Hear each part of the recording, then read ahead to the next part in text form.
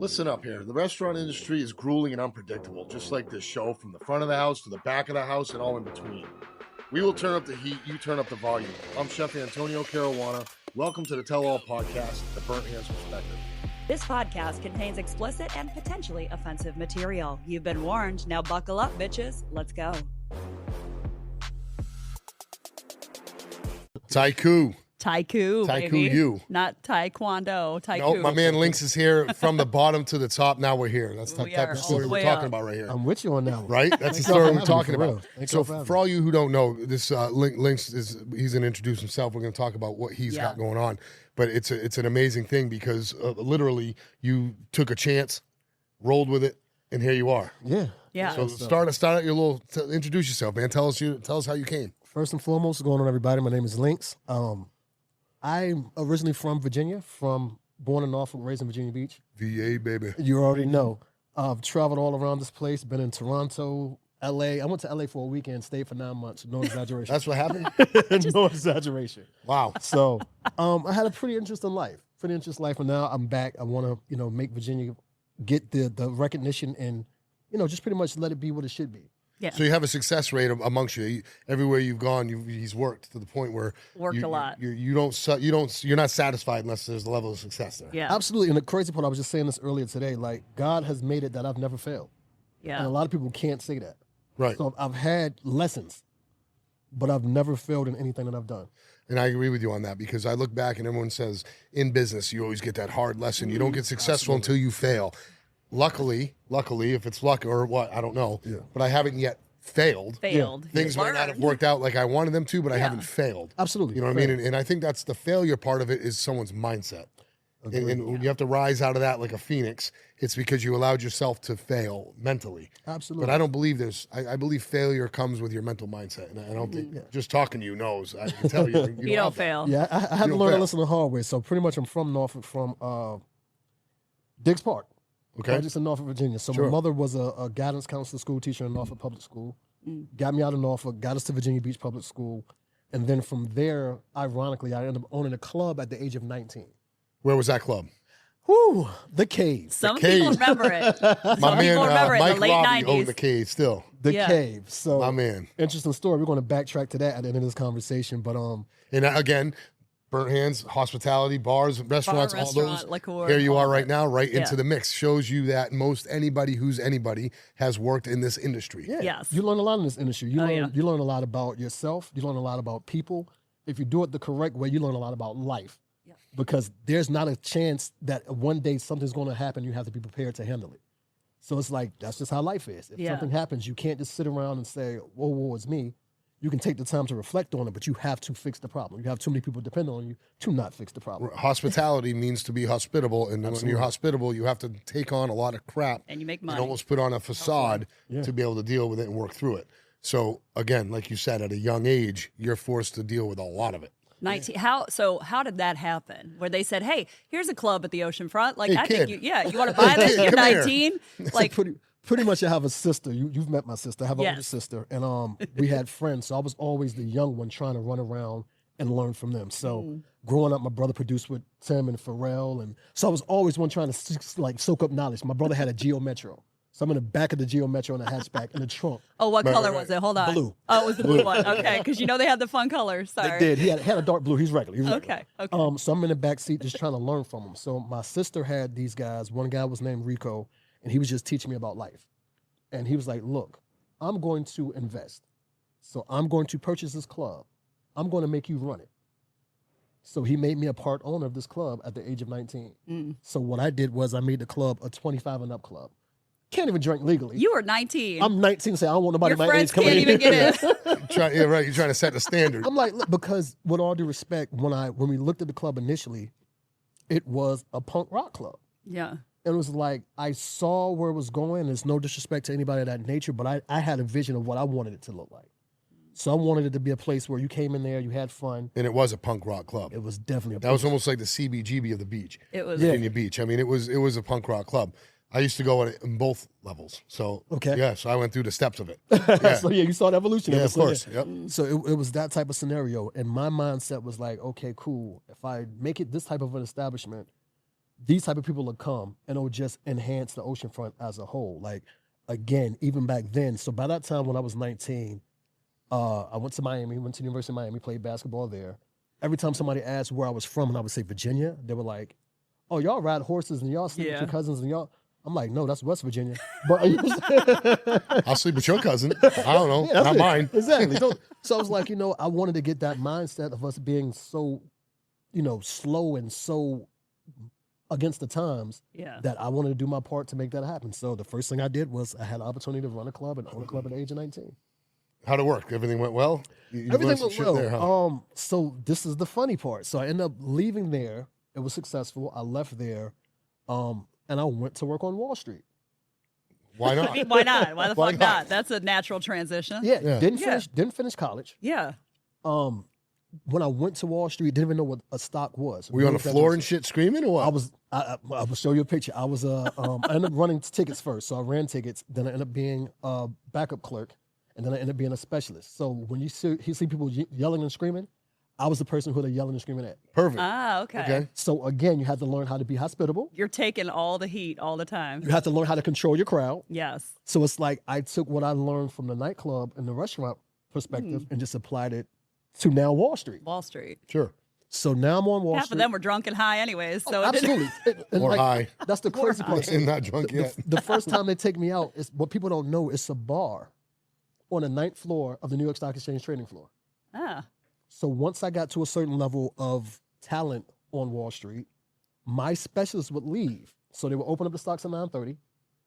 10 o'clock, they're gone. Upstairs to the bar. 3:30, they're back to close the stocks. Sure. Drunk. I'm Oh like, my you know what gosh. you're doing, Lynx? Yeah, I know what I'm doing. I would just close the stocks. So again, you know what I'm saying? Like I learned alcohol plays a part in some of everything for some strange reason. But even when it came to getting clients. So, we had to, what people don't know, on the trading floor, you have to fight for these traded IPOs. So I remember when Facebook came, so every company has to pretty much sell themselves to this company. I ended up going out with the people from Facebook. I took them on a night at a town in New York, and we won the stock, won the IPO. Perfect. That's all it takes. Hospitality. That's it. Hospitality. Wow. And Black and white. just knowing what people like. So Yep. then we get to the infamous Taiku brand. So this is the funny part Tycoon is brand, we right were there. friends through mutual friends. Yes. And been to dinner, and Absolutely. did not know any of this because, again, you're not super public with a lot of this stuff. So I'm dragging you out into it. But Taiku, the sake that they make, I have drank for a long time. And when you said the name, I immediately knew what it was. And I was like, that really, like right here in Virginia, 1 degree of separation. This is something that I've been consuming and didn't even know that you were a part of this part of it. So it's interesting. I just want to know how it happened. So this is the wild part. I have a best friend. Her name is Persia. We used to call her Diddy. Can't call her anymore. that no more. Switch name switch. Yeah, now she's changing her Now, name. now she's Identity calls herself identity change. The best friend, formerly known as Diddy, is what she calls herself, which is hilarious. All right. So long story short, ironically, I met this brand at Puff's restaurant, Justin's. So I'm there. It's my best friend's birthday. It's really like 5 people invited, but for some reason, 50 people show up. So a bunch of her friends played for the Giants, and some of my friends played for the Knicks. So all these people out there, right? New York has a different set of rules. Sure. So It's called There Are None. pretty much. So it's a very popular tequila brand that I only drank the platinum version of it. So when they ran out of the platinum version, they had the regular version. I'm like, I hate this. So somebody randomly, that's a friend of a friend, I got invited. He's like, I have something that takes away the burn when you take the shots of that liquor. And I'm like, okay, cool, let's try it. Pulls the bottle out. This one. That one. Taiku liqueur. Taiku liqueur. Pulls the bottle out. Look at that. Double cap for your pleasure. Oh, I know, yeah. We're safety first. Safety first here. Oh, triple cap. Come on now. No, hey. What's under this one? It's like a Russian thing. What are those things called? Russian dolls. Russian doll of Hey. liquor. Child, Yeah. want to protect all the kids. All right. So Go on. I'm listening. So he pulls it out, we take the shot, and the burn is gone. I call all the boys over. I call my boys from the Giants, call my boy from the Knicks. We order 50 shots. He does it to all 50 shots. All of them take the shots. And just put a little bit in there? Is that a what you little said? bit in it. Just Yep. killed Yep. everything. Yeah. Okay. So come to fast forward, now it's the All-Star Weekend in Las Vegas. But it's also it's magic. So my cousin's heavy in the fashion industry. I do the dumbest thing in the world. I booked Vegas for 2 weeks. For those listening, the max you should stay in Vegas is probably 3 to 4 days. I booked 2 weeks in Vegas. So I go for Magic, and then we roll over to the All-Star Weekend. While we're there for All-Star Weekend, the person that actually owns the liquor comes out. We go to Nobu. Again, we go to Nobu, and I have mutual friends that know 50 Cent. So me and 50 know people through mutual people. I had already told 50 about the liquor. So when we get to Nobu, we go to the upstairs area. 50's there with a whole bunch of people that I know. And Nobu on itself is in my world. Now we're talking my style. Yeah. Okay. Yep. So I pull, he again has a bottle on him. 50 takes a picture with the bottle and was like, "Oh no, that post it. Do whatever you have to get, to get people to follow it." Perfect.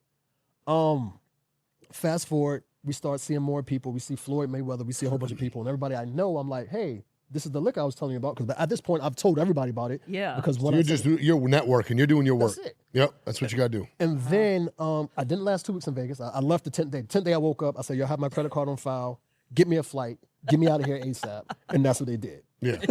Or else you ain't leaving. Yeah. So when he comes back to New York, he's like, "Look, I want to meet with you." I'm like, "Okay, cool." He's like, "What would you charge me to introduce me to these celebrities?" I'm like, "If I know them, I'll just do it. I'm not going to charge you. I like your product. I like your brand. I like you. That's it." Again, hospitality. Yeah. So he's like, "Look, what I want to do is I want to take this mainstream. So I want you to have some involvement with it." So then from that, I ended up purchasing some small amount of shares into the company. So that's how I became a part owner of the brand. Wow. Perfect. There you have it. Describe it, because this is something that a lot of people aren't familiar with. Asian anyways. influence. Yeah. So obviously it's made in Japan. It's made in Japan. It's made in Nara, Okay. Japan, which is where sake is made. And that's the thing. So the thing about the tradition, what I love the Japanese culture is this brand in particular, and on all sake brands, is about interaction.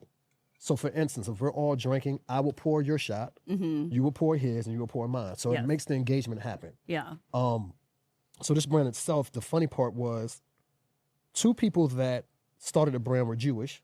One guy was Mormon. Then you got the black guy. Right. So it's like nobody's. Sounds like You, a a joke. Mormon, and a black guy walk Walk into a bar with a bottle of sake. with a bottle of sake. So nobody has any Japanese or Asian descent in them whatsoever. Wow. That was my next question to you. So my question that I was wondering about Yeah. this is, how did you Uh-huh. influence a genre or a culture? How did you breach that? How did you breach the walls of that culture? So sake, we think there's a lot of, I can sit here in my industry, my wine knowledge, and kick off sake knowledge after knowledge, but it's not necessary. I know enough to know that even at any level to break that or to get into that level of being internationally competitive, Yeah. how did you go about breaking that? So I have to give them all the credit, and they told me the story. So they actually went out, and in order for them to be produced in Japan, because they're very strict about their culture, Correct. they had to sleep in the rice fields. They had to show that they were determined and they were focused Wow. to keep the tradition. They were not going So to they just- slept outside in rice field. Yes. Mosquito bites, malaria, Whatever's out there, they did. They coming did. at Yeah. Yeah, everything. And Panthers. that's that part. That showed their dedication to the brand and to keep it. And they also had to make sure they only produced it there. So you couldn't just take it and then just manufacture it Make it somewhere in the U.S. or else. anywhere If you else. want to take their culture, you want to take their... Okay. So they're using their traditional and cultural Yeah. rules and their regional rules and applying them to you. If you want to do it, you got to come here and do it our way. Absolutely. So how is this made? What is this how is this actually that's come the together great with the thing about- flavors? So this is soju based. So soju, which is my dog's name, ironically. Hey, Branding. where my soju's at? Where my soju's at? So soju and sake is rice based. So it's like grain and then distilled and purified. So it's different grades of sake. So the one thing I want anybody to get from this conversation, well, 2 things. One, of course, hard work over everything, and relationships. And 2, though, when it comes to sake, everybody wants to drink hot sake. What people don't understand is hot sake is what's called futsu. So that is like taking a bottle of the worst $2 liquor and just heating it up to hide the imperfections. Oh, that's exactly it. So whenever you want to warm up the sake or something, it's because it's more easy to drink. It's almost like dumping a little bit of this into that label you didn't want to mention. That part. And I know what you're talking about. Exactly. However, it's almost like that. You're going to mask it so it's acceptable. That part. And it made it good. Yep. So drinking hot sake is, well, I do like it, but I don't like it on a really good sake because you lose that the part. components. And that's what I had to cheat somebody. Like one time, and not even trying to cross over, one time we were out and I had a bottle of Ace of Spades and somebody put orange juice and made a mimosa with the Ace of Spades.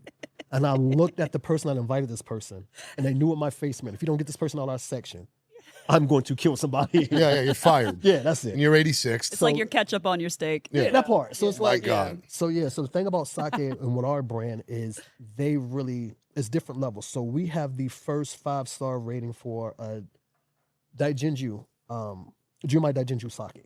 So that's the highest purification of sake you can get. And the thing I like about the brand is it's nothing but it's thought. It's a whole thought process with it. It's the people that hired, we were all athletes. Of course, people know athletes like to drink. And, you will go out and be like, okay, look, so if I'm drinking and I got a game the next day, this is all natural. No glutens, no tannins, no sulfites, no sugars, so there's no hangovers. I used to have a thing that I would tell people, if you drink this and have a hangover, I will give you $10,000. Like that's how, but it got to be just that. Like people try to have every other drink. Like I drank 18 things of gin and I had Tycoon, I got a hangover. That had nothing to do with Tycoon. Yeah, right. Yeah. You busted the rules there. So, but yeah, I mean that's pretty much how the brand came to play. It's got hints of elderflower and I can smell it. Yeah, it's very herbaceous, very floral. Yeah, so it's But all I get natural. some herbs in there. It's not sugar. Like it doesn't taste sweet. Like if people are looking at that thinking it's like hypnotic or something that's like, or passion, the one that, it's light. Like it's really light. It almost seems by the nose more of a botanical It is. Yeah. liqueur than it is a sweet, cordial. It is. so And that's the thing. I It's love funny it. you mentioned hypnotic because that's actually how the brand kind of pushed on my side of it. So I was in charge of the urban activation of it. Okay. So the person that started Hypnotic is a close friend of mine. So when I kept trying to get into all these other events, they would not let us in. Yeah. And he was like, "Oh, that's Lynx? No. Okay, go ahead." So at that point, he was working with Ciroc. So what we end up, that actually got us a lot of national attention, we end up doing Puff's 40th birthday party. Oh, wow. So we came up with the first illuminating bottle. So we couldn't keep the padding on the bottle lighting up, period, but we do have the title of the world's first illuminating bottle. And that would illuminate nice. Yes, so like Plus with that liquid right there, the color of that. You said that was a 750. 750. So though. the 750, and what we did was like, if I'm at a bar and I see you two, and I'm like, okay, I'm trying to push my brand. Yeah. I'm like, okay, let me get 3 shots of Taiku. So when they pick up off the bar, it stands up. That's Sure. genius marketing. So and it's got that Midori green to it, almost a little bit lighter. It's beautiful. I'm gonna take a sip of this right out the bottle. Go ahead, because I want to know what the Yeah, herb's go all ahead. about. Feel Sure, free. go That's what ahead. we're here for. Yeah, hell yeah. We're all friends. It's That's it. okay. It's easy to drink, right? It's actually delicious. Yeah, it's delicious. All that other stuff in there actually takes away from it. Yeah, I Did you try it made straight? cocktails. Oh yeah, no, I drank it good, straight right? already. It's very nice. It's got a little viscosity to it. Why are you asking me Almost that like question? it's almost got a you said the botanicals, the herbs. I'm actually getting a little bit of a cucumber minty mix in there as well. So that's what I'm tasting. And then I can't legally say this, but it's a natural aphrodisiac as well. You can say that legally You on can this say show. that here on 'cause this the show, don't give a hey. fuck. So if you Fuck your oysters. Drink so basically Tycoon. who's trying to fuck? Yeah. You know what I'm saying? Have a sip. That's it. Hey girl. No, but that's good, man. It is. I like it. This is when we let Tony write ads for different brands. Taiku, Faku. I don't Yeah. know. We can come up with some. I don't know. Are you we can down come to up fuck? with a whole. Taiku. I don't know how I would take that. It just sounds crazy. If we get going, we can come up with some shit. You know what? I want to come back and hear what y'all come up with. Just I'm yeah, all for it. we'll I'm all create for a this. list. We can create a list for you. The best thing about having our own show and our own channel is that we can do and say what we Nobody want. can fire us. We have a great support network. No matter how big, they're all awesome people, Yeah. and they all want to hear what it is for real, and that's what we give. We try and have a little bit of professionalism to us because this life is professional. Absolutely. There are aspects of it that are professional, but in the hospitality world, in the restaurant world, especially in the bar world, there's a lot of shenanigans as well. Absolutely. And if we don't continue bringing on the shenanigans, then I feel that we're being fake and we're doing a disservice to the actual hospitality world. Mm-hmm. Because for every professional person walking through it, they had to go through all the shenanigans. And sometimes they get so high, they forget about the shenanigans. They turn their back to it. And the shenanigans is what keep us together. It keeps us going. You know what I mean? And I'm all for the shenanigans, the fuckery, and the tycooery. Well, and it built the industry. Like, and it's funny because we look at these brands and we see, like, you know, some that do start small, but then they get colossal, like, behind them, and then they get commercialized. And knowing that, again, I was drinking the cucumber and the coconut of the sakes they make are amazing just for, you know, sipping at home. They're delicious. And so when he said it, and I was just like, God, I was like, to make this hyper local and for people in the 757 to know, like, you know, there are parts of these things, not just the distilleries here, but other brands that people actually still rep from this area. So I just like that it ties it all back together and brings you back in. And that's the great part with it, because it's like you said, initially when I was going to come here, I can't front. I had on, you know, black slacks, a black button up. I was like, you know what? I want to have a real interview. You got We the just go- whole That's in the right. water. Yeah, man. Exactly. Look at us. We're chilling. So, Yeah. So she's always looking dapper, Always. so This- it doesn't matter anyway. So that's I'm I'm comfortable. always for her. overdressed. That's her What I put comfortable. on, I knew it was She gonna wears that compare to the gym. I would believe that. I have actually. actually deadlifted in heels before. So Yes. don't put that past me. I'm not doubting that. Well, you gotta do what you gotta do. Sometimes it just You know what I works. mean? But no, I do love it. And I know you had some questions just on, like, you know, manufacturing, you're getting this stuff here, getting it into different states. For people that are looking at, you know, coming into brands, I mean, how, you know, I know they kind of had this in place when you came on board, but Yeah. what did you learn out of that? Well, that's the crazy part, because I'm a fold on to that twice. So like you said, we're made in Japan, shipped over. They came up with the genius idea, because like I said, we had the first illuminating bottle. So they ended up giving the company that made our bottles a percentage of ownership of the brand. So therefore, every time a bottle sells, they get a percentage of the sale of the bottle. Okay. Okay. So that's good to know. So I'm in the process of making my sauces at a very high level, a fine Italian sauce, not something that's going to be a Not Prego or yeah, right. whatever. We're not trying to do anything. I'm not trying to do anything to Ragu, get what is quantity. it? I'm looking for quality. Absolutely. And I want to put what I do in my restaurant, what I do as a chef in a bottle. It took me a long time to perfect the recipe, but relating to what you're about to say, I hope, and where I'm going to get some knowledge hopefully out of this, is the biggest problem I had come across was finding the proper production bottling plant who could do what I do, who can mimic what I do. And luckily I've come across that and found it. They hit my recipe right on the head, first try, sent it back, first test, everything was perfect. Now I'm going into the labeling. Now I'm looking into labeling, and every time we create a label, we look at it again and say, shit, you overthink it every time, because it's your one chance, and it's what it's going to be. This is perfect labeling. It hits the point right away. I have to do the same, right? Yeah. So do you ever think about that when you're coming into your marketing of your labeling and stuff, moving on into the future? Do these things happen, or where do you go about that, and how do you go about that? I guess what Kristen was The whole asking. brand development process, because you said you're kind of looking at a new venture now too. Yeah. So this is a whole another brand. That's ironic. So once I leave here, I'm going to meet with my other business partner, because that's the thing. Like I said, I want to bring it back to Virginia, like you said. So even though I had a bar called Taiku Bar on the oceanfront, named after the liquor, just to kind of bring that exposure back, I now want to develop a sake in the States, in Virginia, back at home, and just try to see how that pans out. Okay. So we're actually having a meeting to figure out marketing. So that brand's going to be called Shidoshi. Shidoshi is pretty much just a... Your mentor, your master. Yeah, exactly. See, you know. My favorite movie is Bloodsport, so Kumite. it's your Shidoshi. Mine's Kung He Fu is mine, Panda, so Shidoshi. I'm down. Close enough. So we're actually we have some things about marketing that we feel like what we want to do is when you look at it anywhere, it stands out. So we have some things in mind that are around that when you see it, even though it's not affiliated with Shidoshi, you'll still be like Shidoshi. So that's what you want to do. You want to actually always make sure you're on the forefront of somebody's mind, to the fact that, for instance, Kool-Aid is not the only powdered product. When you see a powdered product, no matter what flavor, you're going to call it Kool-Aid. Kool-Aid, right? That's because it hit hard with that market. Yeah. It went inside you, Absolutely. inside Yeah. your soul. So, coming up with your new one, you have to come up with what's inside the bottle as well. Yes. That's a whole nother thing. Is that a lab project, or is that something that you kind of just keep to yourself? Well, my thing is this.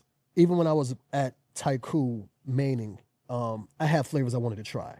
But of course, like I said, I was a shareholder. I wasn't the be all. I wasn't the end result of it. So, Sure.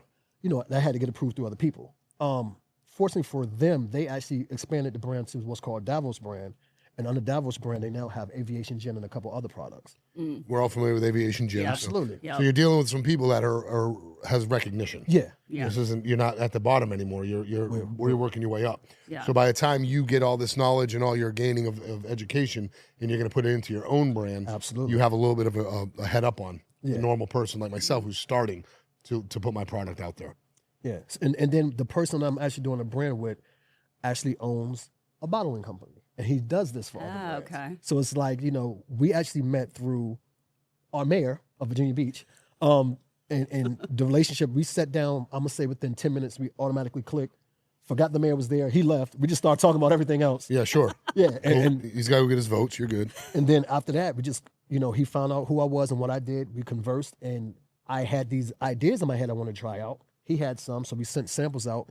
Came back, my birthday party probably 2 years ago, just did a silent tasting. Not telling people what it was, what we were doing. Okay. And people love the 4 brands we came up with. So that's what we want to initially start with.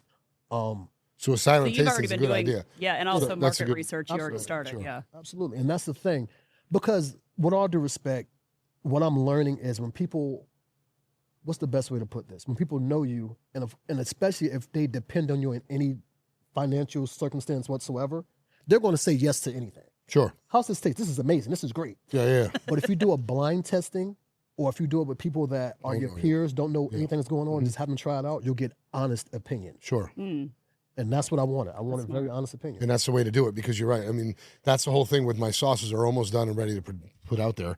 And I'm excited about it, and I know how they do. I've made a living off of them, and all the people that work with me as my teams have made a living off of them. So I already know they're tried and true. Now it's just getting it out to the consumer outside of my restaurant. So it's a matter of how do I take, like she said before, she mentioned Prego or Ragu or Rayos or all these people who are mass producing these sauces that when you think, let me get, people say I want spaghetti tonight.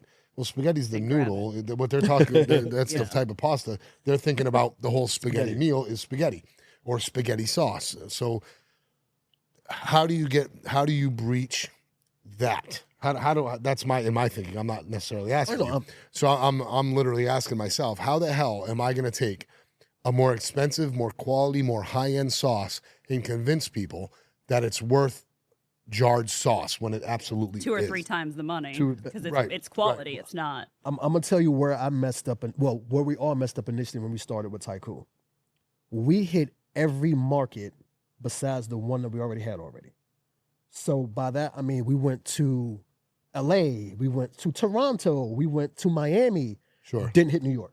We had all the relationships in the world in New York, didn't touch on any of them. Right. So my thing with you is your sauces have already been approved by your base here. Right. First of all, I would start by selling it in your restaurant. Ground zero and work out.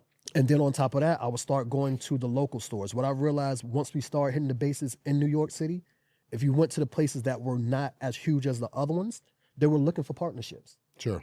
So it's like if you go to a Taste Unlimited, something like this. something like a Local busy Smaller, sandwich shop, smaller. something like that. And then the thing is, with your product, people understand quality. So don't ever get it confused, especially in this area. It's money out here. Sure. So it's like if somebody's willing to pay $75 for a shot that's gone in 2 seconds, they'll pay $20, $30, or whatever your price point is for a meal. sauce. Really good. A meal. Yeah. Because that's the thing. Even if you go out, for instance, I'm sure your jar of sauce, which is going to be phenomenal, isn't the same as it would cost to feed a family of 4 here in your restaurant. Of course. Yeah, right. Exactly. So if I have a family and I don't want to come to the restaurant, but I still want to have that experience of eating here, why would I not buy your sauce? Yeah. Sure. Yeah. Restaurant, fine Italian sauce, quality is how I'm going to push it. But talking to you inspires me because what you just said is a lot of the lines I've already spoke to you about in Yeah, we our talked private about it. conversations is starting local, think globally and act locally. Yeah. And that's Yeah. kind of the approach I'm Well, going to we take. always, in the marketing world, we always say, become the mayor of your own town before you start running for more offices. So you have to kind of conquer, and it is the cheapest because you're not paying an extra ad spend. You already have connections. It's free organic marketing. Yeah. So that builds your street cred, and then you use that and parlay it into development and being able to know, okay, this is our feedback. We can do market research. We can say our ROAS on this is going to be because these people like it, so we're going to target this demographic. And yeah, I mean, becoming the mayor of your own town is one that I don't think. Yeah, I've used that for at least a decade with our clients. It's a great analogy because that's what you have to do. If you, like you said, if we're already focusing on one specific group in one specific area in one specific region, you have to cap that out before you can even move on to your next one, because you're going to move in blocks in a sense. Yeah. You can't, like you said, maybe you went to Toronto.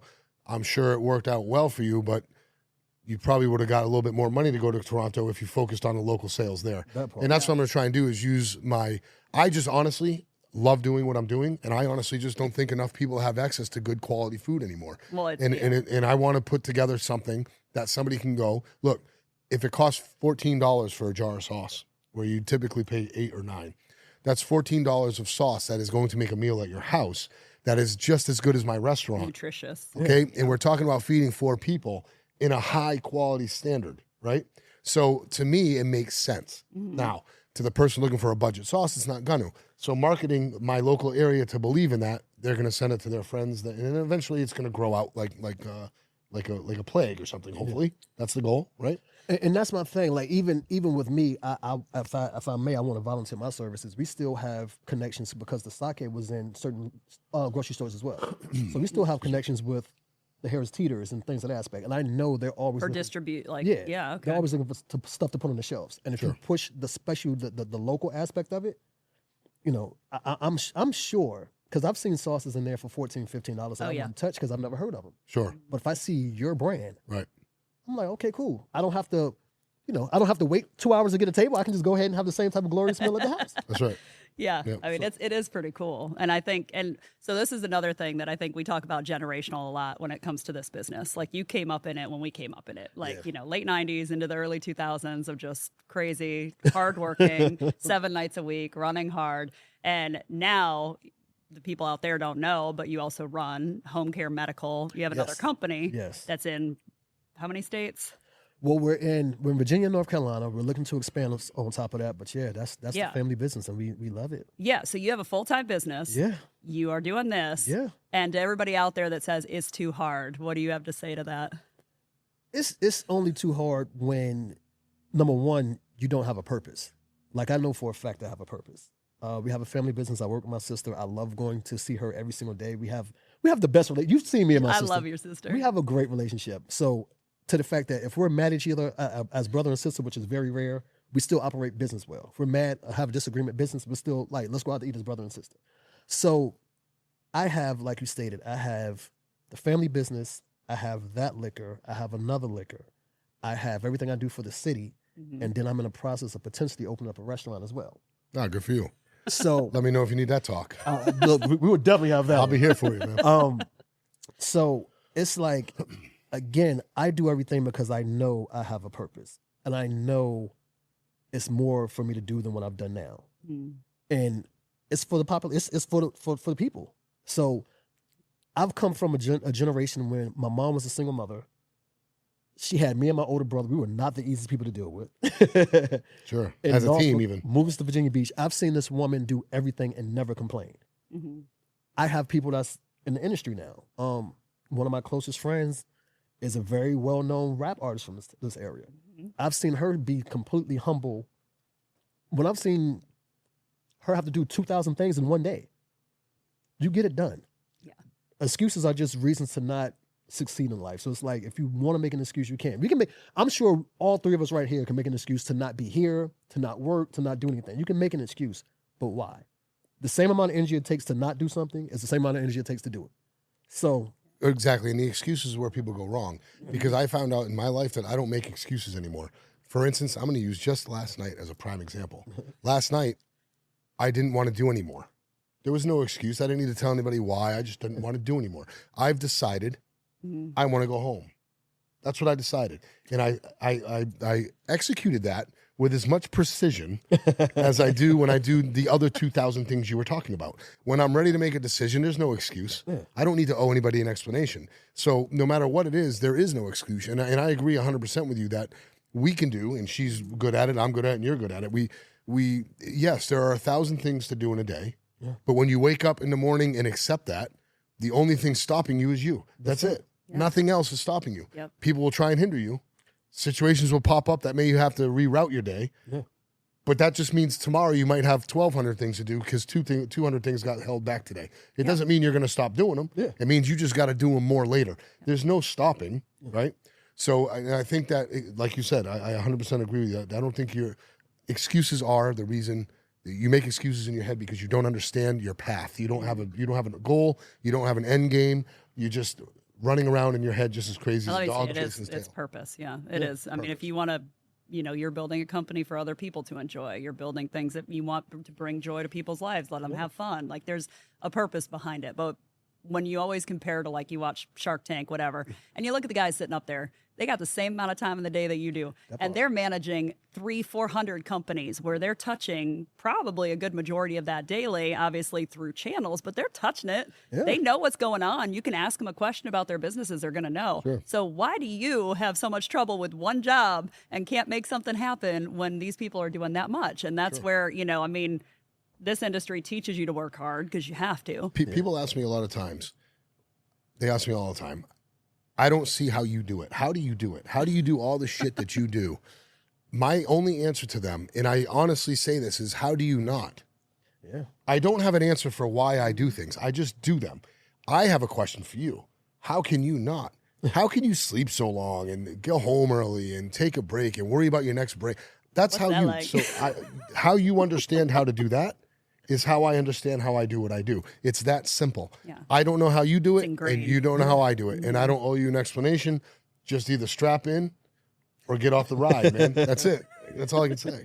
And I'm with you. Like I'm all for. So what I've learned to do in this part of my life is I do what's called a Sabbath. I do take a day of rest. You have to. Me too. You have to. Like I've learned My that the Sabbath whole- is Sunday. Yeah, for Friday, sure. Saturday, because Sunday is just like I already know what's gonna happen Sunday. So, but that's the thing. Like my body had to tell me. I was going nonstop. I legit remember at one point I was flying somewhere every third day, and I would wake up in the hotel to figure out what city I was in.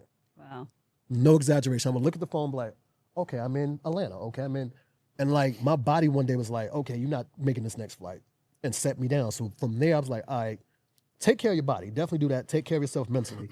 But my mom always told me, she was like, respect everybody's time. But if you make yourself important enough and you work hard enough, they'll wait for you. Mm.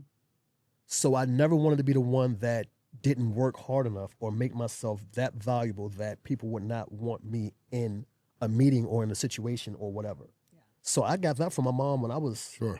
5. I remember she used to give me money to, don't kill me. She used to give me $10 to cut grass. This is when we did have grass. This was way down the line. I would give the neighbor 5 and keep 5. So You had a hustle. yeah, it was like because 50% profit. That's good. and I say that because the way I do my life now is every deal I do makes every party happy. Mm. So my mom was happy because the grass was cut. My neighbor was happy because he got $5, and I was happy because I got $5. So it's like, I would never do a deal or an agreement or anything in which it does not benefit all parties. And I think that's the problem with a lot of people now. People are always looking for a shortcut. People are always trying to figure out how they can get over. And it's like, if you do good business, you don't have to do any of that. The path of least resistance has traveled more now than it ever has ever. Yeah. And people are on that highway, and they need an easy pass for it at this point because that thing's getting jammed up. But it makes it easier for you, I, and her, and everybody else out there watching who understands what we're saying. It makes us easier for us to succeed because the pool is so thin now of people who are actually striving out there that it's actually clearing a little bit more of a way for us. And that right there is a purpose. Yeah. I know that if I got to do this before people start waking up again. I got to start rocking and rolling before my competition starts. It's almost like Pearl Harbor. We don't want to wake the sleeping giant. Let them chill out and sleep. There's a lot of people out there with so much potential who don't even know they have it because they'd rather just sit around. And I want them to sit around right now. I got shit to do. You know what I mean? And I'm not going to promote them or get them. I'm not going to try and pump them up to go do what they got to do. You sit right there, my man. Yeah. Or lady, I'm going to take care of me, and I'm going to take advantage of your sleep and nap. You know what I mean? Mm-hmm. Because that's my thing. Like, the thing about the whole state of Virginia, and especially the 7 cities, is so much opportunity. Like, when I say I could live anywhere, I lived in LA, Miami, New York, Atlanta, Toronto. I came back here because out of all those places I've traveled, I love this place the most, believe it or not. Me too, and that's exactly right. And I'm not a fan of the 757. I live here. Yeah. This is where I live. This is where I want to be. I came back. I love the 757. For what reasons? I can't sit here and give you an exact reason why. I could if I wanted to, but it's irrelevant. It doesn't matter. The bottom line is the opportunity and the people and the diversity and everything that's going on here. It's just so much opportunity, and none of it's even capped at all. None of it has even come out of the water yet. We're not even breaching the if all the opportunity would actually collectively get together and work and rise up. What you were talking about at the beginning of this interview or this podcast is you said, where was I going with this? With the city? No, as far as I lost my train of thought. That's how real this shit is. What did we say? No, but anyway, so what I'm saying is there's so much potential and opportunity for everybody to come up at once. Yeah. That if we would all just come up together at once, that's what I'm waiting for. And I think that's the biggest thing that attracts me to this is that there's these little sub-cells or these little cell groups of people who are so powerful and they're all looking for the same thing here. One day, it's all going to connect. And I guess that's what I'm getting at. I mean, it's starting. It's starting for sure. But one day one day all the with the stars culinary line and up. the recognition for that, Right. like we've talked about, Right. competitions here, Michelin stars here, things that need to be here. What I meant to say, I remember what I was saying. You said that when you were in Miami earlier, okay, you were talking about how you would go there and it would be all live. It'd be live and direct, right in your face, and they would be talking about how we were on horses. Right? Yeah. So what I'm getting at is what that starts from is where does everybody go? Hospitality, restaurants, bars, liquor, entertainment. That's where that's where you're seen. So you can have this huge foundation of greatness, but until that whole circle comes together with the hospitality groups and people like us, that's where people start noticing it. Yeah. You know what I mean? And until that whole group comes up together, you have the foundations of business, you have the structures of your city's treasuries and all that stuff. But then you have, why do the people from the outside notice it?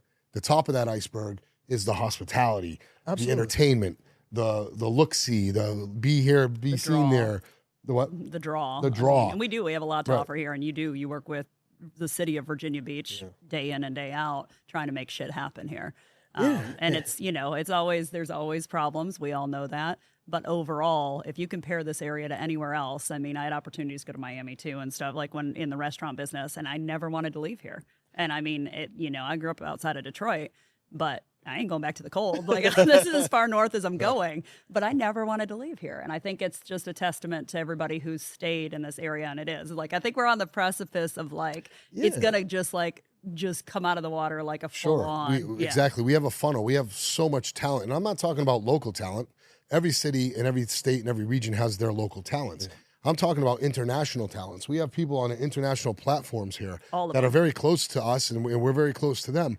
And it's not because of starstruck or anything. That's because we're all in the same struggle, and they are real people. They walk amongst us. They're in our streets. They're in our restaurants. They hang out with us. And that gives us inspiration because now we're going to come up together because someone's going to be leading the charge, of course, because they've done it first. Mm-hmm. But we're all going to come up together and rise up, man. And I think that goes for any big city that's already known. That has happened. Yeah. It may not be the case now, but it has happened. It will be. Las Vegas came from the desert sand. Absolutely. All because of entertainment, hospitality, restaurants, casinos, fuckery. Come get some. You know what I mean? All that shit. We got all the fuckery we need every day. We have it all, man. And it's very inspiring talking to like-minded business people, especially in this fucking industry. I can't say it enough, because that's where we're at. Well, I am excited about the new brand, and I'm on board to help you. You want to brainstorm ideas and taglines? I've got you. Trust me. I've got you. I need to hear your slogans too. I'm here for that. We will have some fun. Yeah, we will have some fun with that for sure. But yeah, I mean, you got our support, so we can't wait to get all that going. I'll be there with you. And mine as well. Like I said, when I first saw this place, it definitely reminds me of but that's the thing. It reminds me of an out-of-state vibe, but it's what we should be doing here. Yeah. It's what and where I get my inspiration from is people like you, man. I get it from going out of town, and I don't necessarily try and emulate them. I want them to. I want my vibe here. Yeah. I know I can produce it. I know I'm on top of it. And when it comes to the cooking, the chefing, the entertainment, the wines, I want to make sure that I am also bringing the same level that's expected in these cities. I want it here because why do I want to go somewhere else to do it? I don't have to move. Why do I have to move to Chicago to open up this place to be successful? There are people here who have the same palate. That part. So many people from here go to Italy, they go to Chicago, they go to Miami to eat. So why do they have to spend so much money on a plane ticket? They can come right here. And that's what I think the rest of a lot of chefs in the area are doing the same thing. Yeah. And I think if it's by you build default. it, they will come. Yeah. And that's just like the whole education's out trailer. there. We're gonna start a revolution. Get everything started between here. We got this. I'm saying. So, all right. saying, Well, so- where can everybody find information on the brands too? So Taiku, www.trytaiku.com, davosbrand.com. Of course, to find me, what's my Instagram? You don't even know. He's That's barely on his Instagram. Yo, it's so wild at Lynx Taiku. Yeah, Yes, I think that's it. At Yeah. LYNXTYKU on Instagram. Or we followed him from the Burnt Hands one. You can find him There we there go. too. So it was a pleasure having you, man. There's all so mine. much It to was talk all about mine. with I you. know.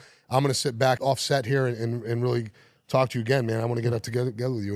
And thank you everyone for following us. Thank you for subscribing. Please hit subscribe if you haven't. I've Burnt done Hands do Perspectives the here for it. Chefing, cooking, debauchery, blogging, whatever the fuck you do. the fuck we're we're doing. here for it. Everything you need. Exactly. Cheers, my Salud. man. All right, well, cheers. Cheers. I'm Appreciate leaving. it. Next time, ciao for now.